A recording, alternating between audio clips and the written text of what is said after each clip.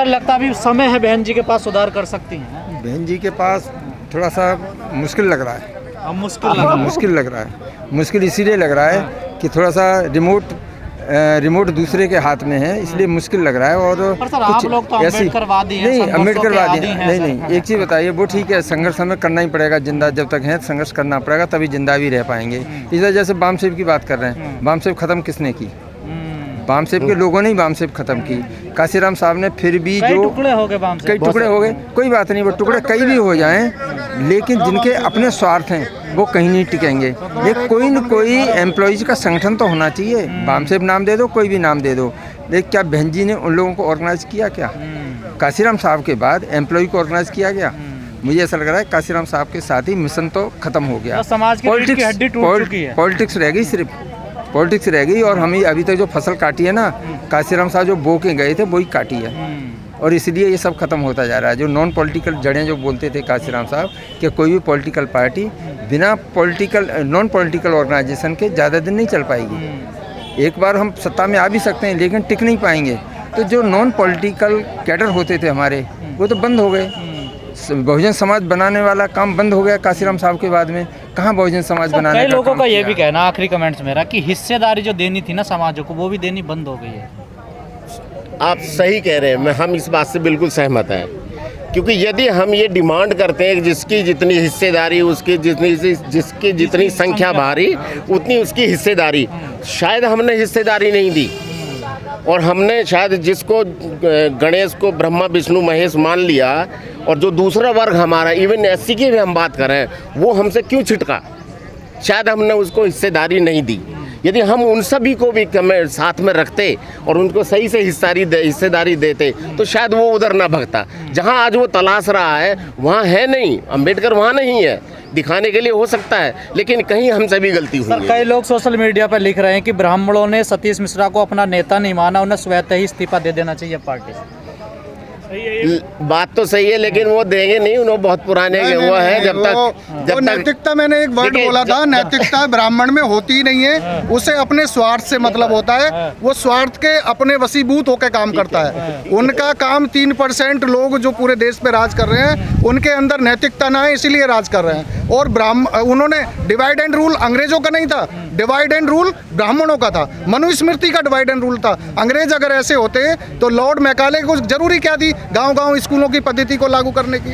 1818 में Lord Macaulay ने गांव-गांव स्कूलों की पद्धति को लागू किया, तो लॉर्ड मैकाले को क्या जरूरत थी? उससे पहले तो इन अंग्रेजों, ये जो सभी के साथ में अपने राजाओं के साथ जो रहे हैं, इनके मंत्री रहे हैं, ये चाहते ही तो ये करवा देते। आपको नहीं लगता राजभर को, मौर्य को, शाक्य को, कुशवा को अब इनको हिस्सेदारी देनी चाहिए, इनके नेता लाने? बिल्कुल देनी चाहिए।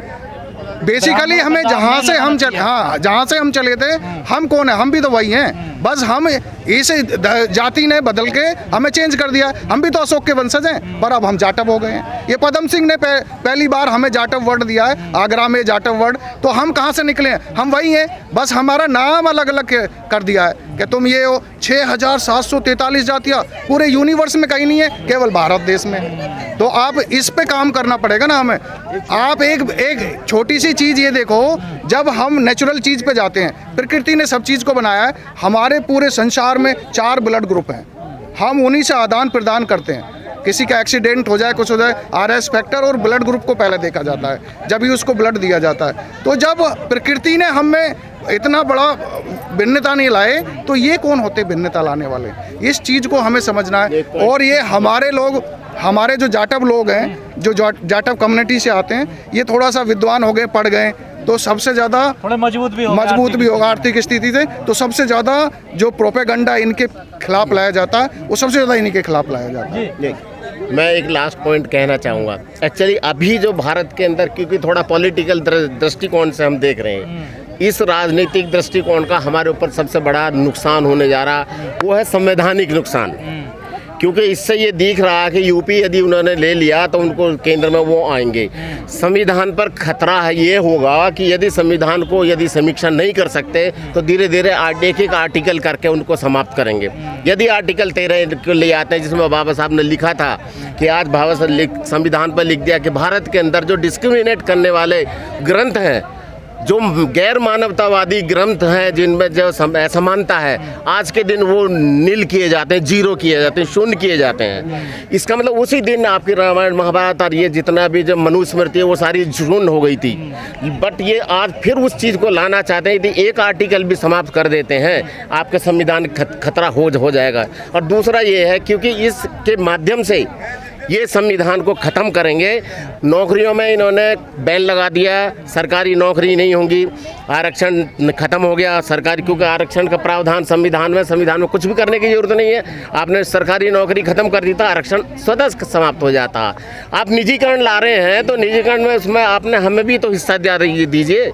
वो कितने हज़ार करोड़ रुपया लेता है, बैंक से खरीदता है, लेता है और इंडस्ट्री लगाता है, उसको बट्टे खाते में डाल देता है पैसे को, इतने हज़ार करोड़ रुपए ले लेता है। वो पैसा मेरा भी तो निजीकरण में भी हमारी भागीदारी होनी चाहिए। तो हमें संविधान की रक्षा करनी, आज हमारा संविधान खतरे में। जी सर, आप अच्छा, जो आप कह रहे थे ना कि मिश्रा जी को स्वतः ही छोड़ देना चाहिए। नहीं, मैं नहीं, लोग मतलब लोग कह रहे हैं वो जब तक ये बीएसपी से मिश्रा जी को फायदा होता रहेगा और जब तक तहस नहस नहीं कर देंगे, मिश्रा जी कहीं छोड़ के नहीं जाएंगे।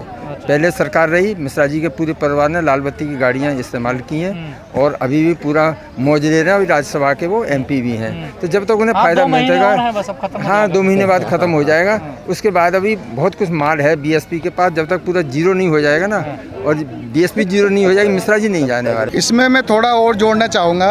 अभी आप देख रहे हैं, और मैंने भी अभी जो एमएलए के जो सीटें आई हैं और जीते हैं, उसमें ज़्यादातर जो मेजॉरिटी है वो एससी और ओबीसी के लोगों की है। तो हम उनको कह रहे हैं जो उनके द्वारा चुने जाते हैं, उनके नेता, हम उनको क्यों ब्लेम कर रहे हैं? जो चुन के गए हमारे लोग, वो अपने अधिकारों के लिए क्यों नहीं लगते हैं? वो अपने बच्चों के लिए क्यों नहीं बोलते हैं? उनका मुंह केवल उबासी लेने के लिए खुलता है और केवल खाना खाने के लिए ही खुलता है। वो क्यों नहीं बोलते हैं? क्यों नहीं वो इस्तीफा दे देते हैं?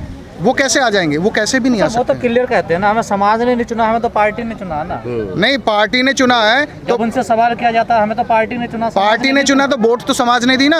आप जब अपने समाज ने हमें, मैं मौर्य, आप मान के चलो मैं मौर्य हूँ और मैं मौर्य समाज से आता हूँ और पार्टी ने मुझे टिकट दे दिया कि भाई तुम बीजेपी से टिकट लड़ रहे हो, और मौर्य समाज ने वोट नहीं किया क्या?